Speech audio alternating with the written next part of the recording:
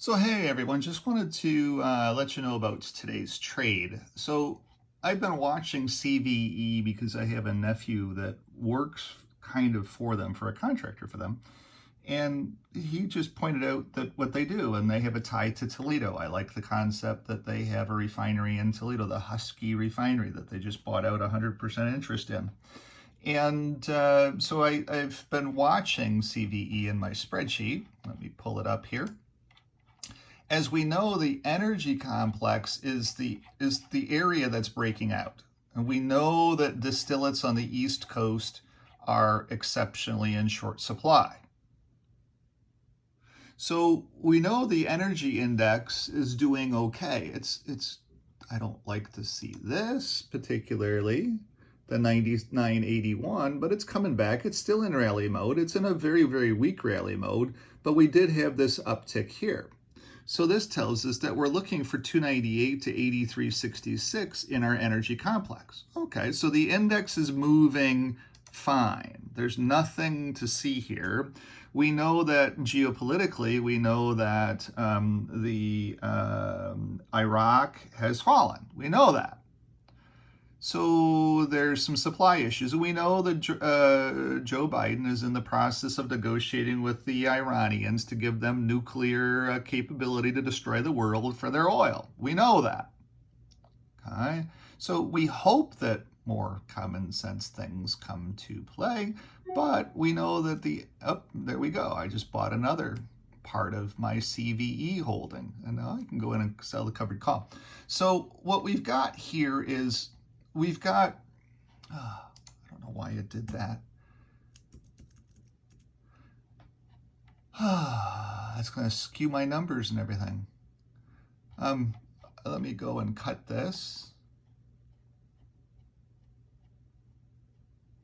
I'm learning computer things as I go along here too. You'd be surprised how much I don't know. Everybody assumes I always know everything, but I really don't know very much at all. I'm constantly learning. Life is a new battle every single day. So here, let me pull down my formula. Sorry, folks, this was all supposed to be done, but I inserted, and that messed me all up. So let's pull that formula down. Okay, everything stayed the same, 99.28. So you got 99.28. We're still in our rally mode, and we have 0.8367 in Cenovus, CVE. So I can do the math and I can call for a 2.63% increase to 1960. The stock is trading at 18.99. It sold off really, really hard today, 18.9 to 18.18. I know that the energy complex is still the strongest place to invest in the entire market. So looking at CVE, I just went in and bought 100 shares at $18.99. And then I also just went in and bought 5 of the options. So I control 500 shares here of CVE at 19.